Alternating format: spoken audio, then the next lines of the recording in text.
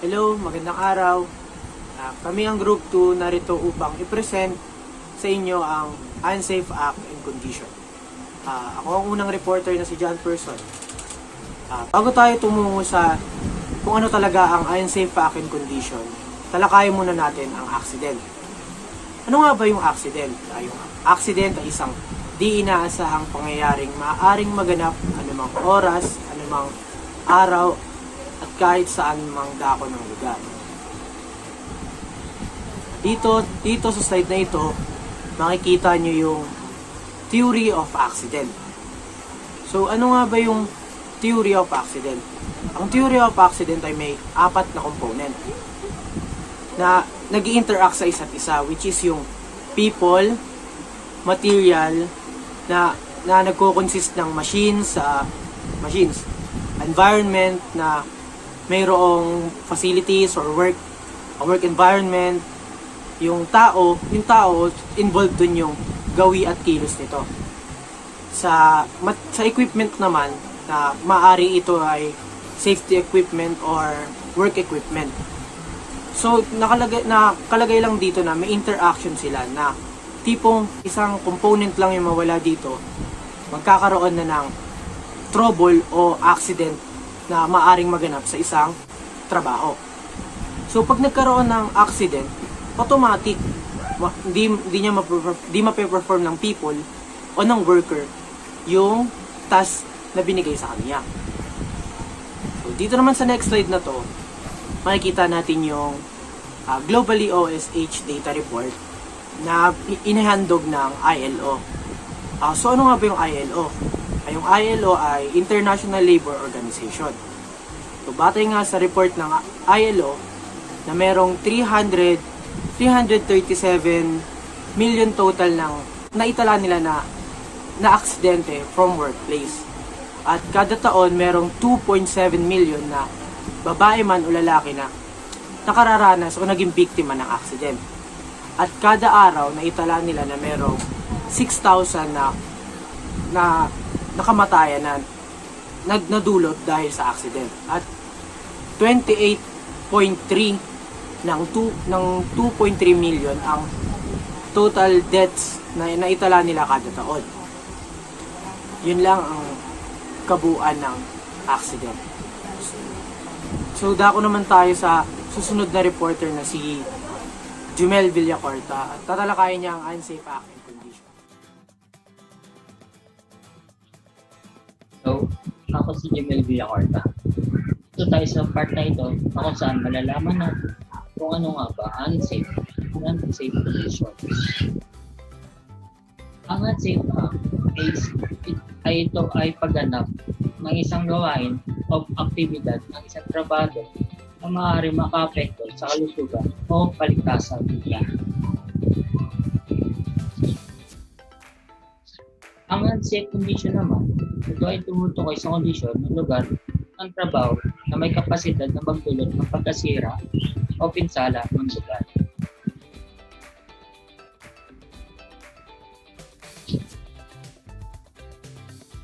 Example of unsafe act: not using PPE, not following proper procedure, running the machine without proper knowledge or training, or horseplay o paglalandian. Makikita natin ang mga imahe ng mga example ng unsafe act.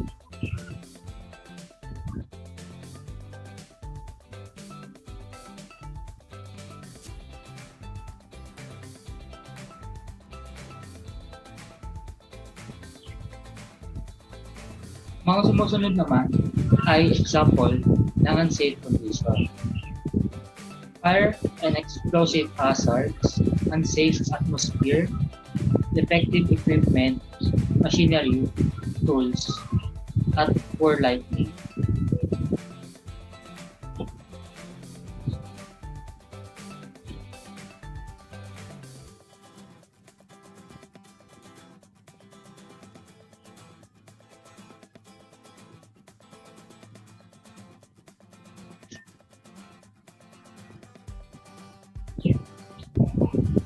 Dito sa Diagram na ito, makikita natin kung paano nagko-connect ang unsafe act at unsafe condition. Kapag nagsama ito, magkakaroon ng mataas na posibilidad na magkaroon ng aksidente.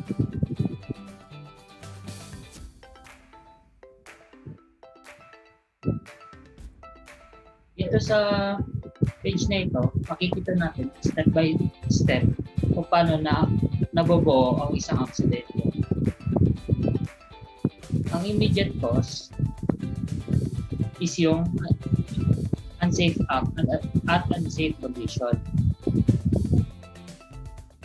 Ang sumunod naman na step is yung contributing cause kung saan ito yung pwede magpalala sa aksidente. At ang type ng aksidente yung nadulas, pagkahulog, pagkabangga, o pagkahuli o pagkakain sa loob ng isang makina o sa gitna nito.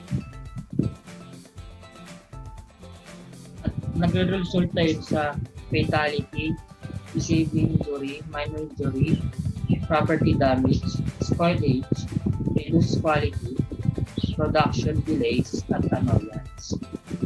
Next. So, ayun po, dito naman tayo sa hazard prevention and controls. Hazard prevention and controls. Effective controls protect workers from workplace hazards, help avoid injuries, illnesses, and incidents, minimize or eliminate safety and health risks, and help employers provide workers with safe and helpful working conditions.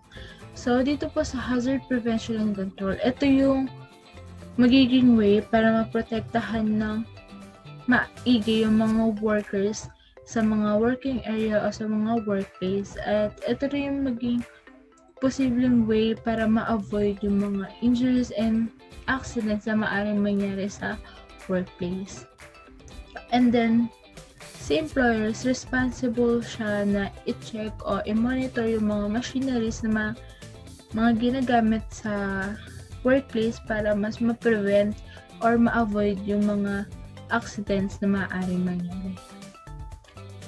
Next, identify controls options. A wealth of information exists to help employers investigate options for controlling identified hazards. Before selecting any control options, it is essential to solicit workers' input on their visibility and effectiveness. So, dito naman po sa Identify Controls option, ito yung mga importanteng information na kailangan nating i-instruct or i-orient sa workers natin kasi yung information na yun maaaring yung makatulong in a way of hindi sila magpapanik in case of magkaroon ng emergencies or mga unroutine activities na posibleng mangyari sa workplace.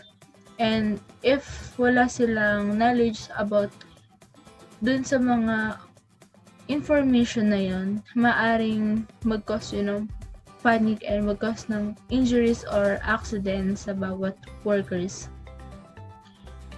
Next, select controls.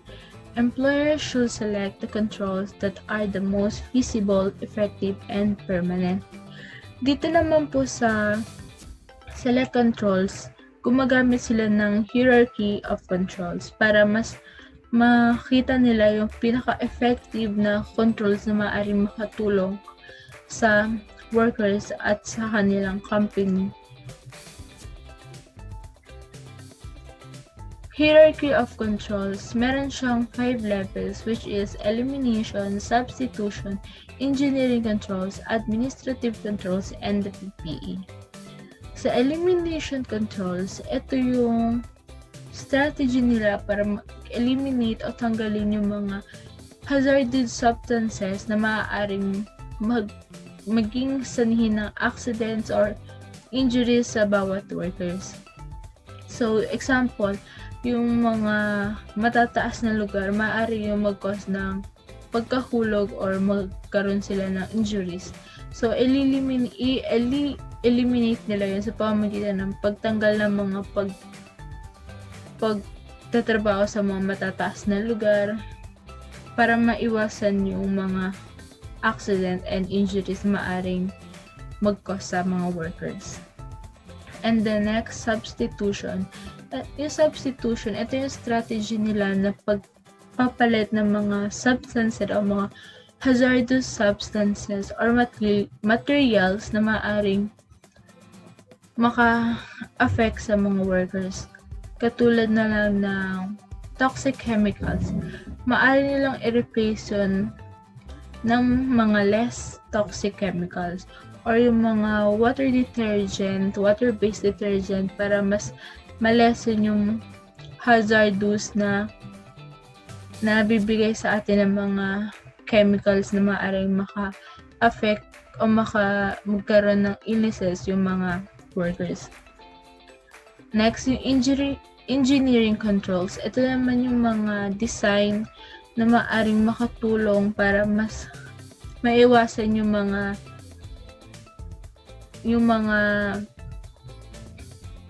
hazardous substances katulad na lang sa isang workplace pag ang ginagawa nila is dust and may mga high substances na maaaring mag-cause ng hazardous sa health nila or mga incident. Minsan ng isang workplace naglalagay sila ng ventilation para mas maging fresh or maging okay yung air sa loob ng isang workplace.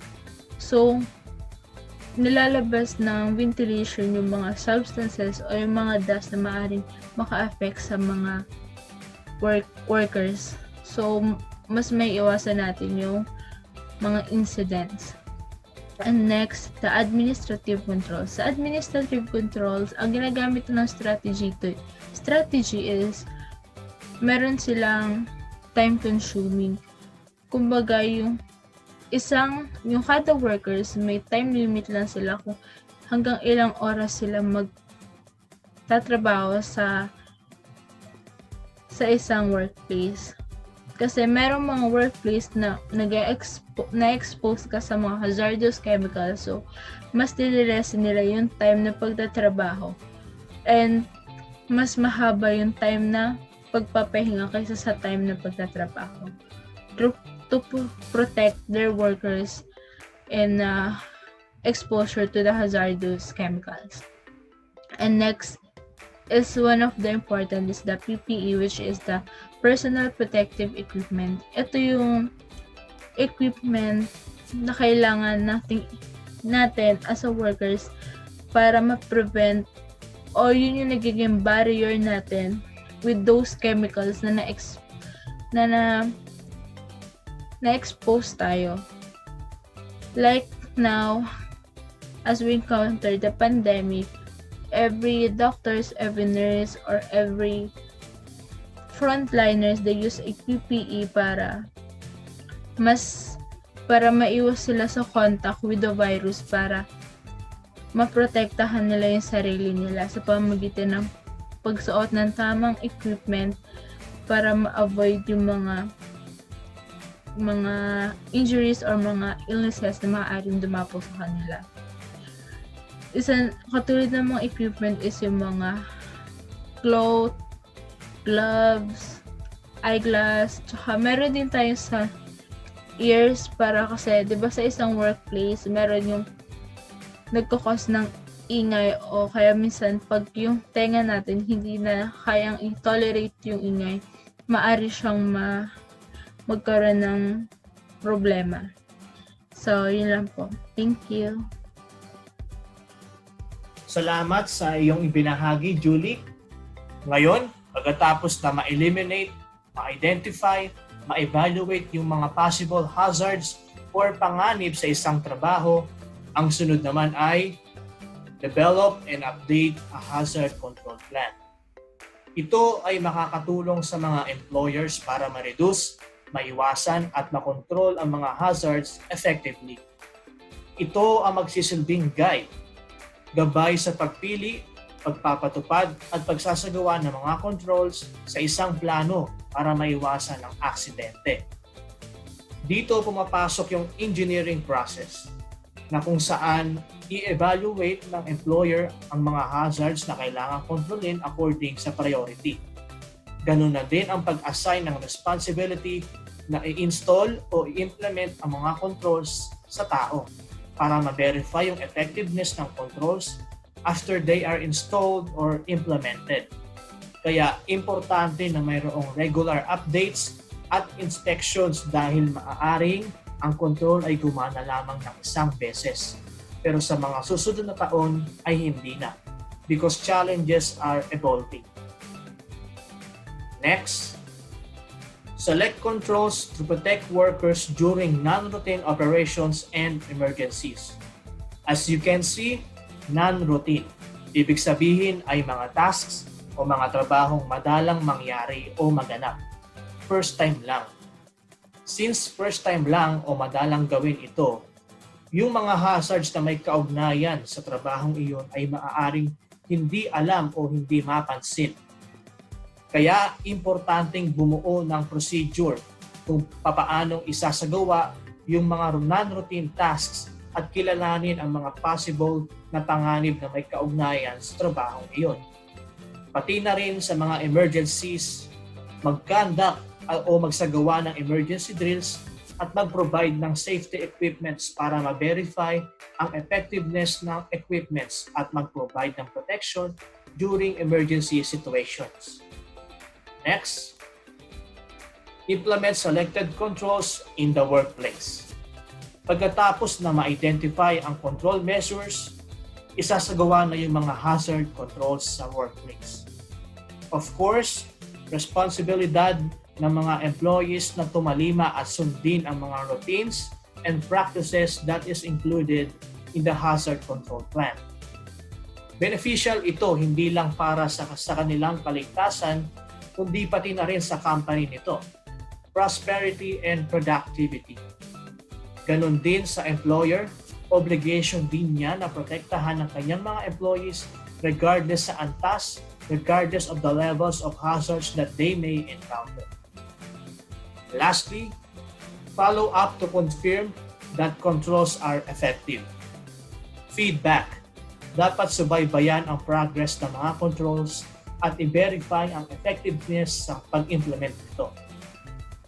Kasama dito ang pagsasagawa ng mga regular inspections, proper hygiene monitoring para makonfirma kung nag-ooperate ang mga controls na nasa hazard control plan ng maayos. Evaluate control measures to determine if they are effective or need to be modified. Kaya napaka-importante ng communication between the employer and employees. Dahil alam ng employees yung mga conditions ng mga equipment o supplies na ginamit habang sila ay nagtatrabaho. At para makapagbigay na rin sila ng kanilang insights at reports kung paano nila kinontrol yung situation na naganap if they ever encountered one during working hours. And of course, i-consider din ng employer yung opinion and i-evaluate ito. Sa kabuuan, mayroong 3 E's na approach for safety. Una, education, na kung saan dapat tinetrain ang mga employees that they may gain knowledge and information. Engineering, na kung saan pag-evaluate at pag-identify ng mga hazards.